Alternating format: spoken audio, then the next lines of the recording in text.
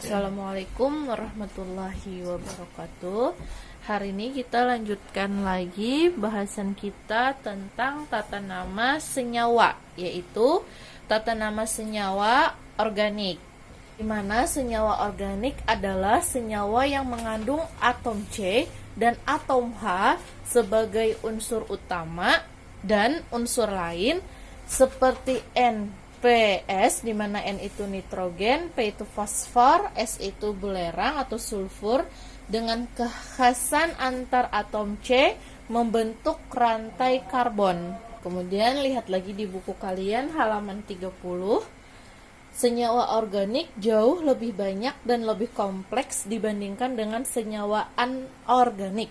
Oleh sebab itu diperlukan penggolongan dan penamaan senyawa organik atau karbon secara sistematis selain nama lazim atau trivial atau nama dagangnya.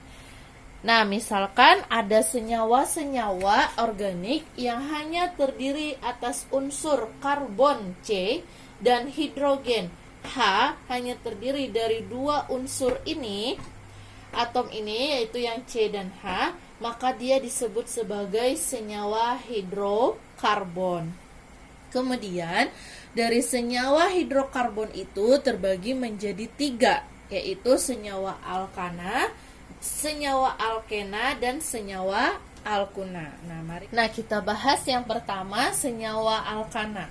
Di sana ada beberapa ciri-ciri untuk menentukan senyawa alkana. Yang pertama, rumus umum dari senyawa alkana adalah yang pertama, rumus umumnya dari senyawa alkana. Yang pertama adalah rumus umum dari senyawa alkana ialah CnH2n plus 2. CnH2n plus 2. Karena dia senyawa hidrokarbon, maka dia hanya terdiri dari dua unsur saja, yaitu C dan H. Ini adalah ciri-ciri dari senyawa karbon, hidrokarbon, oke? Untuk senyawa alkananya, rumusnya ialah Cn H2n plus 2. Nah, ini untuk ciri-ciri yang pertama. Untuk ciri-ciri yang kedua, berdasarkan tata nama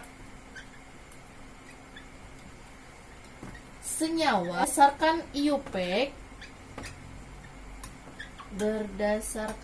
IUPAC,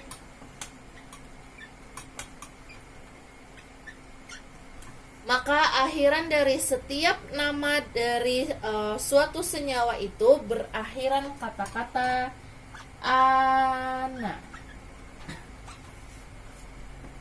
Oke, nanti ada nama-nama senyawanya dari rumus ini. Akhiran dari nama senyawanya nanti yaitu ada kata-kata ana. Oke, kita lihat contoh dari senyawa alkana ini. Oke, kita lihat contohnya. Nah, kalau di buku di sana sudah dituliskan contohnya, ada metana CH4, etana C2H6, propana C3H8, dan butana C4H10. Nah, itu contoh dari senyawa alkana. Diurut dari C-nya 1 sampai C-nya ada 4. Oke. Misal kita lihat caranya. Yang pertama, ada C-nya ada 1. Kalau C-nya ada 1, berarti rumusnya kita masukkan dia ke dalam rumus. C-nya ada 1 berarti N ini adalah jumlah dari C-nya. Oke, N ini adalah jumlah dari C-nya. Andai C-nya ada 1 berarti N-nya pun ada 1. Berarti kita masukkan dia ke rumus. Karena di sini ada Cn, N-nya ada 1, C1, H2, N-nya ada 1 tadi, nih, berarti dikali dengan 1 plus 2. Oke, baru kita hitung, maka dia menjadi C-nya ada 1, tidak perlu ditulis 1, H-nya 2 dikali 1 kan 2, ditambah dengan 2 berarti 4. Maka dia jadinya CH4. di mana CH4 ini dinamakan sebagai metana. Kenapa metana? CH4 ini, awalan dari nama CH4 ini adalah CH3, di mana CH3 itu namanya adalah metil. Untuk CH3 itu adalah namanya metil. Tetapi karena dia sudah masuk di senyawa alkana, dia mengikuti dengan rumus yang ini tadi, CnH2n plus 2, maka kita masukkan dia ke dalam rumus, dapatlah angka CH4, di mana yang awalnya dia CH3 menjadi CH4, yang awalnya dia metil, karena dia harus di akhirannya ditambah dengan kata-kata ana, maka diganti ilnya menjadi ana, makanya dia menjadi metana. Nah, makanya dapatlah kata-kata metana. Oke, kita ambil contoh yang nomor 2. Misalkan C-nya ada 2, berarti N-nya pun ada 2. Kita masukkan dia ke dalam rumus. Tadi kan di sini ada Cn, berarti Cn-nya ada 2, kita tulis 2. Kemudian untuk H2n plus 2, H 2 kali N-nya ada 2, berarti 2 plus 2. Maka dia akan menjadi C2 H 2 kali 2 4 tambah 2 6. Maka namanya menjadi awalnya etil. Etil itu C2H5. Ini namanya etil. Tetapi dia digantikan dengan ana, maka namanya menjadi etana. Nah, ini adalah rumus awal. CH3 pun rumus awal. Oke, paham ya? CH3, C2H5 ini merupakan senyawa hidrokarbon. Kalau kita sudah masuk kepada CH4, C2H6, sudah di akhirannya sudah ditambahkan dengan hitungan di rumus, maka itu sudah masuk kepada senyawa alkana. Oke, untuk lebih jelasnya lagi, Ibu kasih contoh lagi yang ketiga. Misal yang ketiga C-nya ada 3, berarti N-nya pun ada 3. Kita masukkan dia ke rumus, berarti C-nya ada 3, H-nya ada 2 dikali N, N-nya tadi 3 ya, berarti dikali 3 plus 2. C3, H-nya 2 kali 3 6, tambah 2 berarti 8. Dimana C3H8 ini di senyawa hidrokarbonnya dia adalah C3H7 dengan nama propil. Bila dia C-nya ada 3, namanya adalah propil dari senyawa hidrokarbon.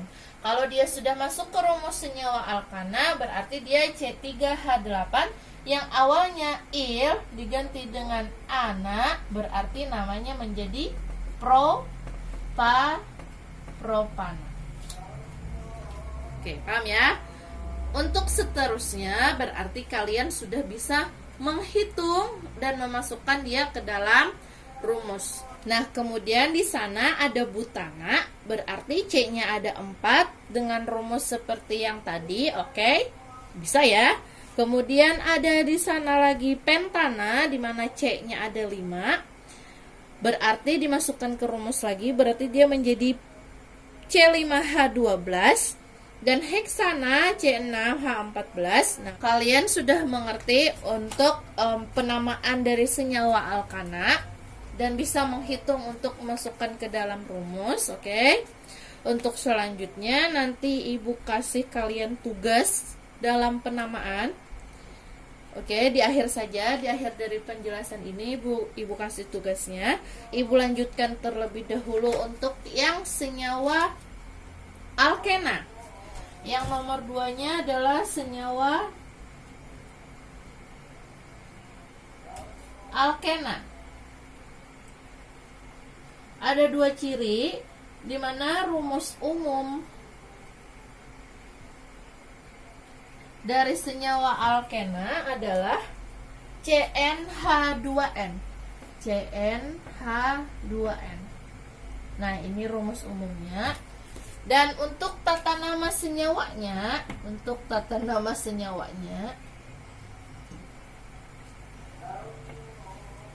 yang berdasarkan IUPAC, yang berdasarkan IUPAC, maka dia akan berakhiran ena. Di sana sama contohnya dengan yang tadi. Di sana ada etana dan propena. Kita ambil contoh yang kedua, berarti ada C-nya 2, N-nya pun berarti ada 2. Berarti kita masukkan dia ke dalam rumus. C-nya ada 2, H-nya berarti 2 dikali 2. Berarti dia menjadi C2H4. Dimana nama dari C2H4 ini adalah etena.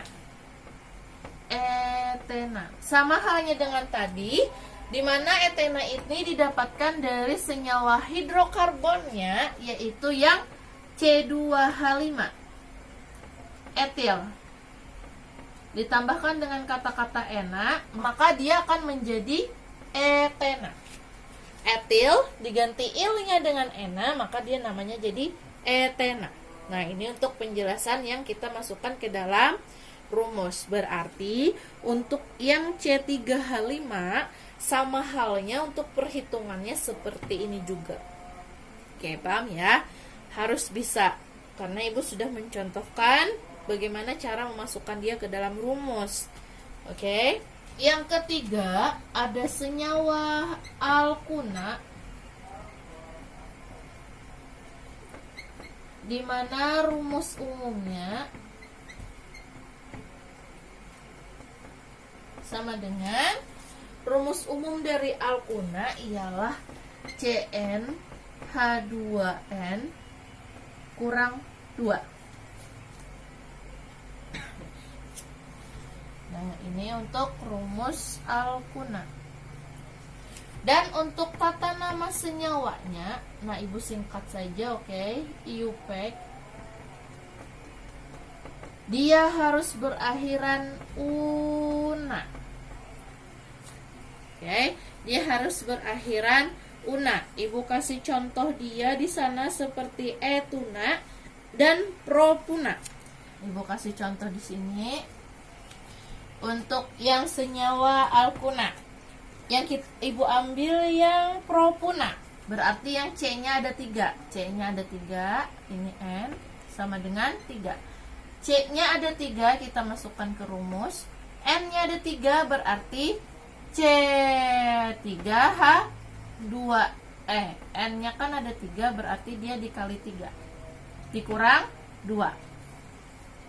Berarti C3H 2 kali 3 6 kurang 2 4. Sehingga namanya menjadi propena.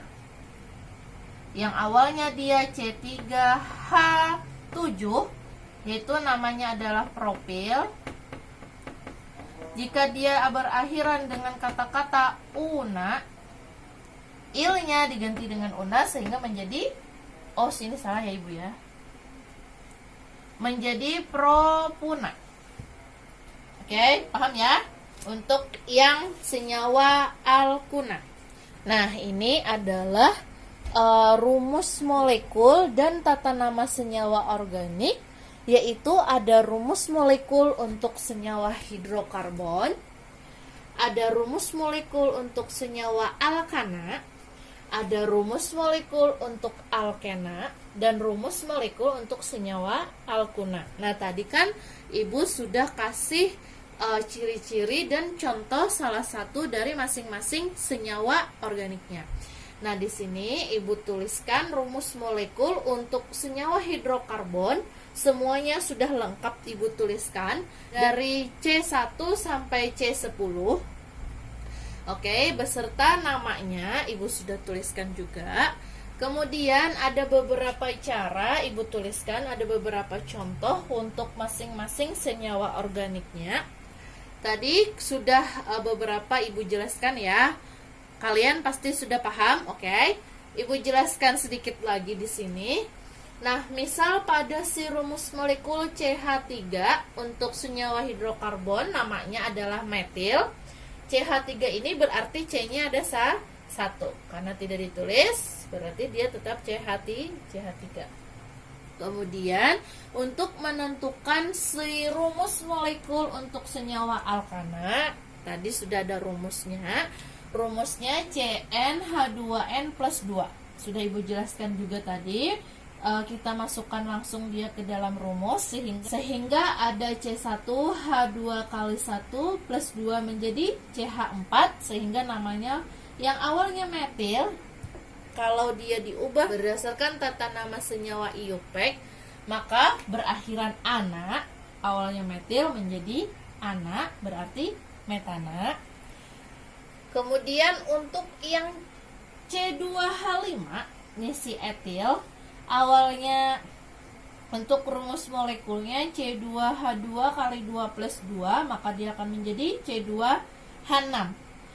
Yang awalnya etil, dia harus berakhiran ana, berarti menjadi etana. Oke, paham ya untuk yang senyawa alkana. Kemudian untuk rumus molekul senyawa alkena, sama halnya kita ambil yang di rumus molekul si senyawa hidrokarbon. Jika C-nya 1, berarti C1H2 kali 1 menjadi CH2. Yang awalnya metil, kita ganti jadi ena, berarti dia menjadi metena. Yang C2H5, berarti kita masukkan dia ke dalam rumus C2H2 kali 2 menjadi C2H4. Maka yang awalnya etil diganti dengan ena menjadi etena. Untuk rumus molekul yang senyawa alkuna, kita juga masukkan dia ke dalam rumus C2H2 kali 2 kurang 2 menjadi C2H2. Dengan nama yang awalnya etil, kita ganti dia jadi una sehingga menjadi etuna. Nah, dari dua penjelasan ini, Ibu rasa kalian sudah paham dan mengerti untuk menghitung rumus molekul dan menentukan senyawa organiknya. Oke? Tugasnya kalian isi masing-masing dari senyawa organik ini beserta cara untuk menentukan rumus molekulnya dari si rumus molekul senyawa hidrokarbon. Oke? Paham ya? Ini tugas yang pertama. Nah, kemudian lihat lagi di buku beberapa senyawa organik yang sering digunakan dalam kehidupan sehari-hari, lebih dikenal dengan nama dagangnya atau trivialnya. Nah, di sana ada contohnya. Ada CONH2 2 kali dengan nama urea. Urea itu biasanya kita ketahui dia sebagai pupuk petani. Kemudian ada CHI3 atau iodoform, suatu antiseptik. CHCl3 yaitu kloroform untuk bahan pembius. Kemudian ada C12H22O11 sukrosa atau gula tebu, dan C2H5OH atau etanol atau alkohol dengan kadar 70%.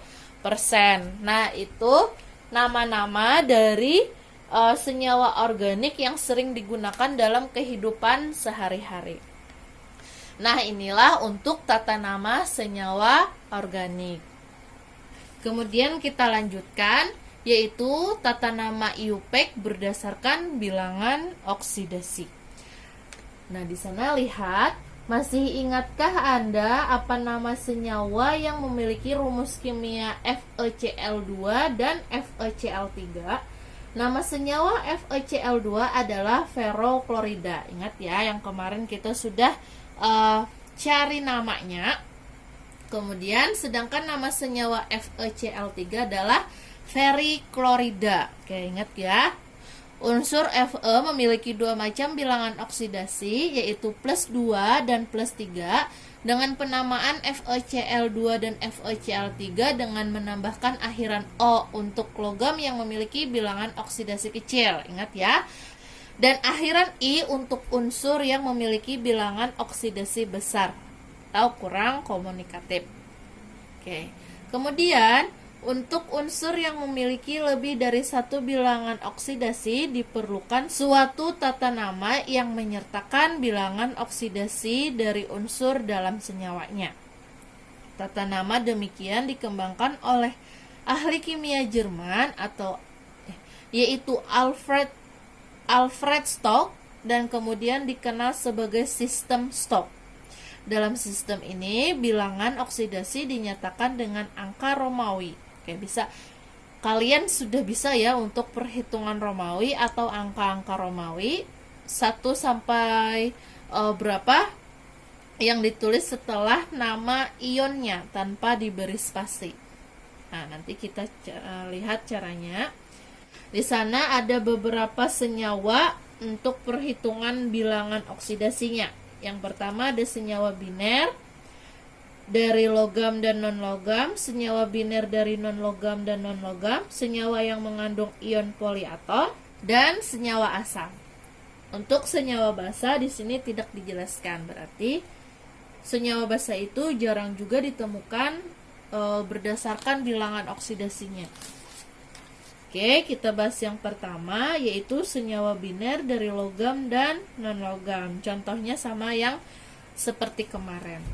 Kita lihat, yang pertama ada senyawa biner yang terdiri dari logam dan non-logam. Di sana yang pertama ada CuO. Kalau kemarin CuO itu dinamakan sebagai kupri oksida. Kalau yang kemarin tata nama senyawa anorganiknya dengan nama kupri oksida. Nah, kalau sekarang yang berdasarkan IUPAC-nya, coba kita cari namanya. Lihat ya. Karena dia berdasarkan sistem Stock, maka harus dengan dinyatakan dengan angka Romawi. Lihat caranya juga sama seperti kemarin. Kita cari bilangan oksidasinya, yaitu CuO. Bilangan oksidasi dari CuO yang diketahui terlebih dahulu adalah O, berarti O itu nilainya adalah min 2. Untuk Cu-nya berarti dia harus plus 2 karena sama dengan 0. Nah, karena di sini Cu-nya bernilai positif 2, sehingga dia mempunyai nama. Di sini menggunakan nama trivial atau nama dagangnya, tidak menggunakan kupri, kupro lagi atau kuprum. Dia menggunakan yang kata-kata tembaga, sehingga namanya adalah tembaga. Karena ada 2, berarti tembaga 2 tanpa spasi. Tembaga 2 Romawi. O-nya tetap menggunakan kata-kata oksigen, tetapi berakhiran dengan kata-kata ida, berarti oksida. Sehingga namanya adalah tembaga 2 oksida, CuO. Oke. Yang nomor 2 ada Cu2O. Nah, kita lihat lagi bilangan oksidasinya. Untuk Cu2O berarti di sini harus min 2. Di sini pun berarti harus jadi plus 2. Karena ada 2 molekul berarti dia dibagi 2, sehingga nilainya adalah plus 1. Berarti pada Cu2O ini untuk Cu2-nya berarti untuk Cu-nya berarti bilangan oksidasinya adalah positif 1. Berarti ada 1 bilangan oksidasi. Sehingga namanya adalah tembaga 1 tanpa spasi oksida. O-nya pun sama yang di atas, oksigen menjadi oksida. Oke, paham ya? Kita lihat lagi caranya yang FeCl2. FeCl2.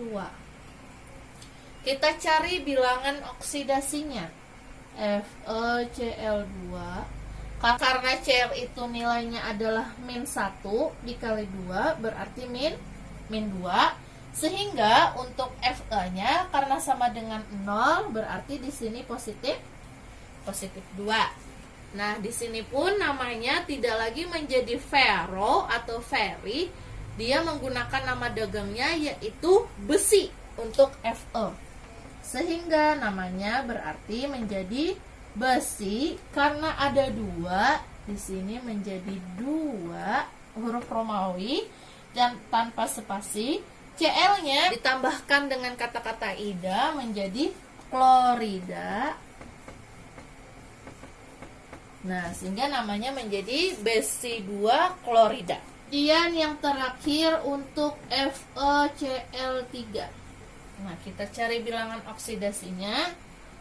FeCl3 berarti -1 kali 3 menjadi -3. Sehingga Fe-nya harus memiliki bilangan oksidasi +3. Karena Fe-nya memiliki bilangan oksidasinya 3, artinya dia besinya ada 3, sehingga namanya adalah besi 3 klorida. Nah, ini untuk yang senyawa biner, logam dan non-logam. Oke, paham ya? Nah, untuk tata nama IUPAC berdasarkan bilangan oksidasi ini, yang menjadi bilangan oksidasi yang ditentukan dengan atau yang dinyatakan dengan angka, itu adalah bilangan oksidasi yang bernilai positif, bukan yang bernilai negatif. Makanya dari yang Cu, O, Cu2O, FeCl2, FeCl3, yang menjadi angka Romawinya adalah yang memiliki nilai bilangan oksidasi positif. Yang negatifnya tidak. Oke, paham ya? Nah, kemudian yang senyawa biner yang terdiri dari non-logam dan non-logam. Di sana ada rumus kimia. Yang pertama ada N2O. Yang pertama ada N2O. Nah, kemudian di sana ada nama senyawanya. Kalau untuk nama senyawanya ini berarti nama senyawa yang anorganiknya, di mana dia harus ditambahkan dengan perhitungan yang kemarin. Apabila dia ada 2 berarti dengan kata-kata di, untuk angkanya dinamakan dengan angka Yunani. 2 di, 3 tri, 4 tetra, 1 mono. Oke, ingat ya. Nah, untuk yang N2O di sana sama dengan CO. CO itu kan karbon monoksida. Ini pun berarti dia tetap dituliskan menjadi N2O itu menjadi dinitrogen monoksida. N-nya ada 2 sehingga namanya jadi di, O-nya ada 1 sehingga namanya monoksida, mono 1. Oke. Tidak hanya CO saja, ternyata ada yang NO2 juga. Kemudian untuk nama senyawa menurut sistem stoknya, baru kita cari dia menurut bilangan oksidasi. Berarti N2O, O-nya ada 2, supaya sama dengan 0, berarti di sini positif 2. Karena positif 2 ini N-nya ada 2, berarti dia dibagi 2, sehingga nilainya adalah positif 1. Oke, sehingga namanya menjadi nitrogen. Karena yang diambil nama atau angka Romawinya ada yang nilai bilangan oksidasi yang positif, berarti yang N saja. N-nya ada 1 sehingga namanya menjadi nitrogen 1 oksida.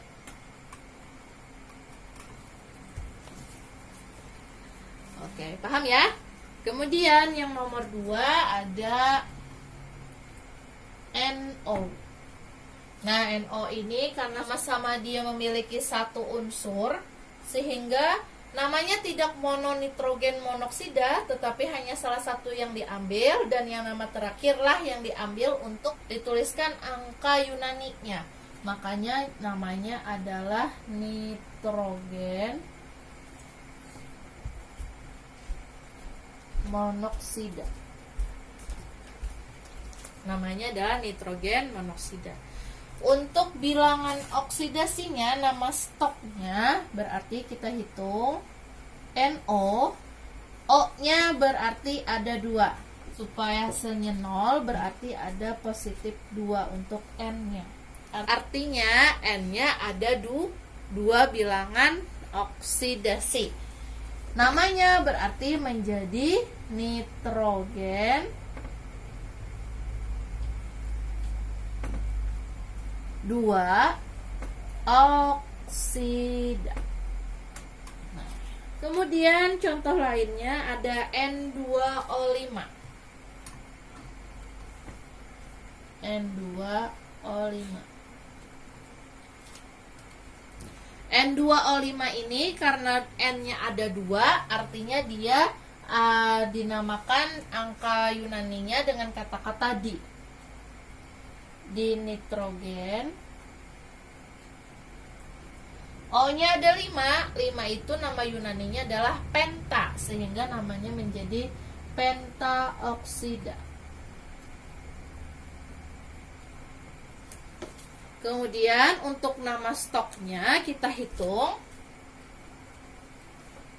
N2O5. Karena di sini O-nya ada nilai bilangan oksidasinya adalah -2, berarti -2 kali 5 artinya -10.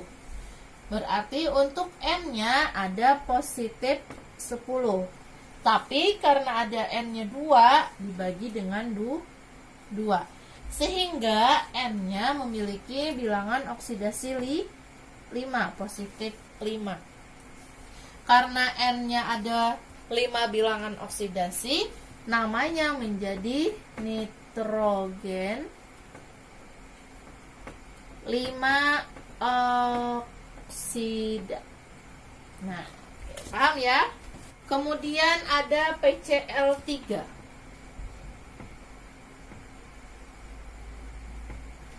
PCl3 karena di sini P-nya ada 1, tidak perlu dituliskan dengan kata-kata monofosfor. Yang kita tuliskan adalah untuk yang Cl3-nya. P-nya tetap saja fosfor. Cl-nya ada 3, berarti namanya adalah tri. Cl klorida. Kemudian untuk nama stoknya PCl3.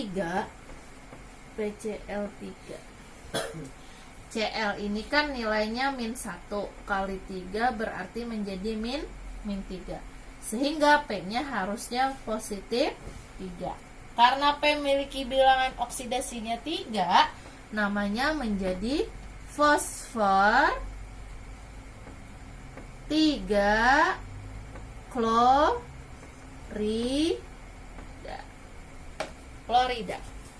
Yang terakhir ada PCl5. Sama halnya dengan yang di atas, dia namanya juga fosfor. Untuk 5 artinya dia pentaklorida.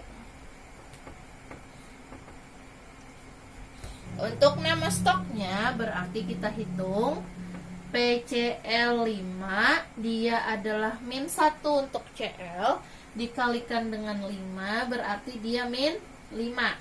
Sehingga P ini harusnya adalah positif 5 supaya nilainya sama dengan 0. Karena P-nya ada bilangan oksidasinya 5, sehingga namanya menjadi fosfor 5 klorida. Nah, inilah untuk yang senyawa biner, non-logam dan non-logam. Paham ya? Nah, kemudian yang ketiga ada senyawa mengandung ion poliatom. Nah, di mana tata nama senyawa ini tidak begitu baku. terbagi menjadi dua, yaitu yang pertama, jika kation memiliki lebih dari satu bilangan oksidasi, kationnya lebih dari satu bilangan oksidasi atau biloks, maka beri angka Romawi setelah nama kationnya. Maka diberi angka Romawi setelah nama kationnya. Oke. Untuk ion poliatom itu di sebelah bukunya halaman 29, di sana ada sudah nama-nama dari ion poliatom dan ion-ionnya pun juga sudah ada. Oke. Kalian bisa lihat sendiri. Sekarang kita coba lihat cara untuk menamakan senyawa menurut sistem stoknya.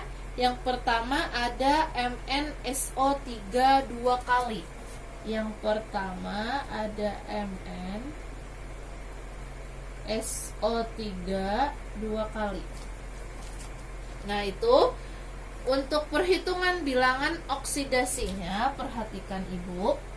Kita pisah dia menjadi dua, yaitu Mn dan SO3 dua kali itu kan yang ion poliatomnya adalah yang SO3 dua kali. Untuk SO3 dua kali ini ternyata SO3 itu memiliki ion sebesar, lihat di sebelah, SO3 2-, sehingga dia menjadi, Ibu hapus di sini, SO3 2- dua kali. Oke. Nah, setelah ini baru kita hitung bilangan oksidasinya. Karena dia memiliki ion 2-, 2- ini karena dia dua kali, berarti 2- dikali 2 berarti hasilnya -4. Artinya SO3 2- dua kali ini memiliki bilangan oksidasi -4. Supaya dia 0 berarti Mn-nya pun harusnya nilainya adalah positif 4. Nah, katanya kan kalau kationnya lebih dari satu biloks, artinya setelah nama kation maka diberi angka Romawi. Berarti Mn itu adalah mangan, artinya dia namanya mangan. Ada 4 berarti dia 4. SO3 2- itu kan namanya adalah sulfat, berarti mangan 4 sulfat. Oke, paham ya? Kemudian ada lagi contohnya yang PbSO4. Yang nomor 2, PbSO4. Nah, kita pisah lagi dia untuk menentukan biloksnya. PbSO4 kan dia ion poliatom. SO4 itu ionnya sebesar 2- juga. 2-. Nah, baru kita tentukan bilangan oksidasinya. SO4 biloksnya adalah -2. Supaya dia sama dengan 0 berarti Pb-nya nilainya adalah positif 2. Nah, kemudian tadi kan namanya setelah nama kation baru kita tuliskan dia Romawi, angka Romawi dari si biloks kationnya. Pb itu namanya adalah timbal. Berarti timbal 2. SO4 itu namanya adalah, Ibu ada keterbalikan dari nama. Ternyata SO3 itu adalah sulfit. Ibu yang kebalik ya, ini sulfit. Kalau SO4 itu adalah namanya sulfat. Oke, sorry ya. Nah, jadi dari PbSO4 itu namanya timbal 2 sulfat karena Pb-nya ada 2. Oke, paham ya? Kemudian ada lagi sana yaitu CuClO3. CuClO3. Nah, kita pisah lagi dia. Cu dan ion poliatomnya ClO3. Ternyata ClO3 itu memiliki ion sebesar 1, -1. Nah, hanya strip saja, satunya tidak ditulis. Karena ClO3 itu adalah -1, supaya dia sama dengan 0, berarti di sini positif 1.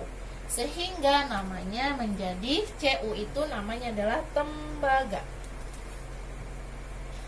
Namanya adalah tembaga sehingga menjadi namanya tembaga. 1. ClO3 itu adalah klorat. Namanya klorat. Yang di buku itu salah karena dia nilainya tembaga 2. Sedangkan setelah kita hitung dia adalah tembaganya hanya ada satu biloks. Jadi namanya adalah tembaga 1 klorat, bukan tembaga 2 klorat. Oke. Seharusnya yang CuClO3 ini tidak termasuk kepada kation yang memiliki lebih dari 1 biloksnya. Tetapi karena di sana ada kesalahan, makanya kita hitung ulang. Di sana kalian bisa coret ya, yang tembaga 2 itu menjadi tembaga 1 klorat. Kemudian yang nomor 4 ada contohnya lagi, CrClO4 3 kali.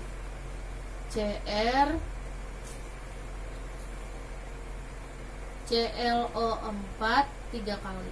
Nah, kita juga pisah dia menjadi Cr dan ClO4 dalam kurung. ClO4 itu ionnya ada 1, ada 3 kali. Nah, karena di sini ada -1, tetapi ada 3 kali, berarti dia -3. Supaya sama dengan 0, sehingga CR-nya di sini adalah positif 3.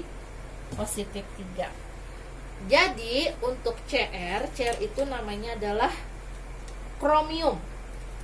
Karena ada 3, berarti di sini jadinya kromium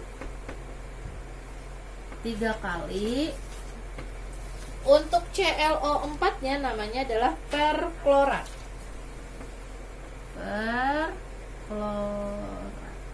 Nah, ini untuk yang kationnya lebih dari 1 bilok, sehingga sehabis nama kation dituliskanlah si angka Romawinya. Paham ya? Nah, Ibu lanjutkan yang nomor 2-nya. Di sana, jika kation hanya memiliki 1 bilangan oksidasi, sertakan bilangan oksidasi dari unsur di tengah dalam ion polyatom setelah nama ionnya.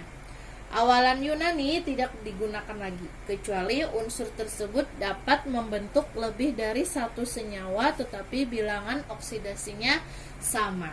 Nah, Ibu hanya mengambil beberapa contoh saja untuk menjelaskan. Oke.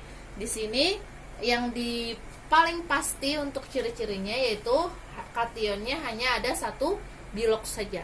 Maka dia menggunakan rumus yang ini. Oke. Lihat ya, Ibu ambil yang NaClO. Karena di sana jika hanya ada 1 bilangan oksidasi pada kationnya, maka sertakan bilangan oksidasi dari unsur di tengah dalam ion polyatom untuk menentukan nama dari senyawa sistem stoknya. Nah, supaya tidak bingung, mari kita lihat penjelasannya. Dari NaClO kita pisah masing-masing. NaClO, kita lihat dia bilangan oksidasinya. Dia tidak lagi melihat di ion polyatomnya. Kalau di ion polyatom, ClO itu nilainya adalah negatif 1. Tetapi karena di sini dia hanya pada kationnya itu memiliki 1, bilangan oksidasinya 1, maka kita harus menghitung unsur yang berada di tengah ion polyatomnya. Oke. Yang pertama, untuk si O, dia nilainya adalah min 2. Ini sama dengan 0 ya. Kemudian untuk Na, karena Na itu berada pada golongan 1A, maka dia nilainya adalah positif 1. Nah, barulah kita cari unsur yang di tengah pada ion polyatomnya, yaitu yang si Cl-nya. Supaya Cl-nya ini nilainya adalah sama dengan 0, karena di sini sudah ada min 2, di sini positif 1, berarti Cl ini nilainya adalah positif 1.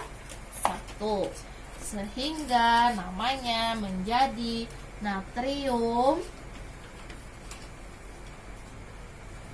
ClO itu namanya adalah klorat, namanya menjadi klorat satu karena Cl-nya ada satu. Kemudian Ibu ambil lagi contoh yang NaClO2. NaClO2. Kita pisah lagi dia menjadi NaClO2. O-nya ada 2, berarti O2 ini dikalikan dengan min 2 sehingga biloxnya adalah min 4. Na-nya tetap positif 1 karena dia termasuk di golongan 1A. Untuk Cl-nya supaya sama dengan 0 berarti sudah ada positif 1 min 4, berarti Cl-nya adalah positif 3. Sehingga namanya menjadi natrium klorat 3 karena Cl-nya ada 3. Oke, jadi namanya adalah natrium klorat 3. Nah, kemudian Ibu ambil contoh lagi yang K2MnO4. K2MnO4. Kita pisahkan lagi dia K2MnO4. O4 ini kalau kita tuliskan O4 ini kalau kita hitung dia dikalikan dengan min 2 berarti min 8. Di sini sama ya, harus sama dengan 0. K2 K-nya ini termasuk di golongan 1A. Berarti positif 1. Karena ada 2 berarti positif 2. Nah, kita cari yang di tengah sini. Karena sudah ada positif 2, negatif 8, supaya 0 berarti Mn-nya adalah positif 6. Oke. Maka namanya menjadi kalium. Mn-nya manganat.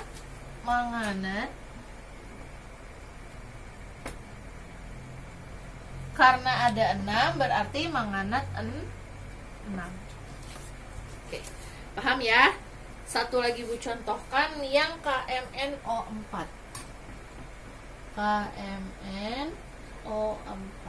Nah, kita pisahkan dia. O4-nya dikalikan dengan min 2 berarti min 8. Ibu tidak tuliskan lagi ya, karena kalian sudah harus bisa. K-nya karena dia termasuk di golongan 1A, pasti untuk golongan 1A dan 2A, golongan 1A itu biloxnya pasti positif 1. Untuk golongan 2A itu biloxnya pasti nilainya adalah positif 2. Oke, ingat ya, itu catatan. Kalau K ini dia terletak pada golongan 1A sehingga dia nilainya adalah positif 1. Untuk Mn-nya supaya sama dengan 0 berarti Mn-nya adalah positif 7. Sehingga namanya menjadi kalium permanganat 7.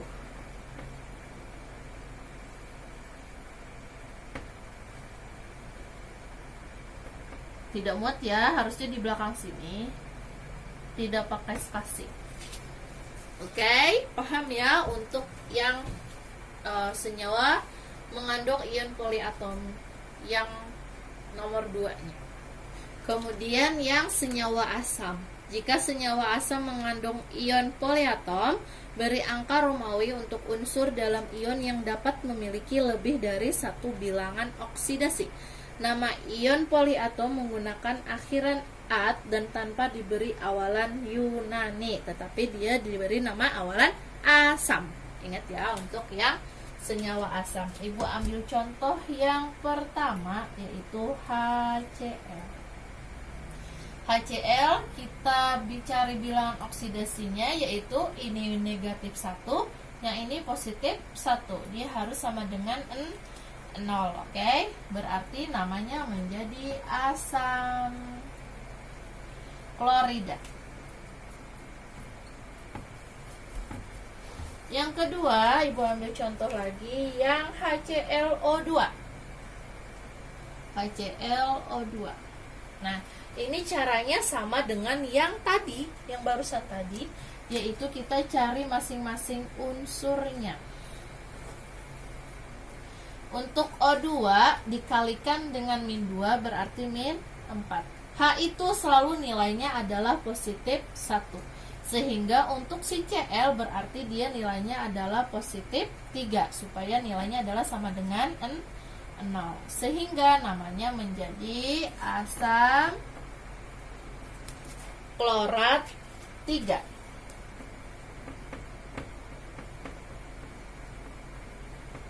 Nah, oke, paham ya? Kemudian Ibu ambil satu contoh lagi, misalkan yang HClO4. HClO4. Kita pisahkan dia, cari masing-masing unsur. O4 dikalikan dengan min 2 berarti dia min 8. Untuk H dia selalu positif 1. Untuk Cl-nya berarti dia harusnya positif 7 untuk sama dengan 0, sehingga namanya menjadi asam klorat 7. Asam klorat 7. Nah, inilah penjelasan dari tata nama IUPAC berdasarkan bilangan oksidasi. Nah, ini soalnya. Jangan salah nomor ya. Gunakan cara untuk menjawabnya. Oke. Terima kasih banyak. Semoga kalian paham dengan penjelasan Ibu. Nah, inilah pembelajaran kita hari ini. Ini adalah bab terakhir. Berarti pembelajaran selanjutnya kita lakukan ulangan harian. Terima kasih banyak. Assalamualaikum warahmatullahi wabarakatuh.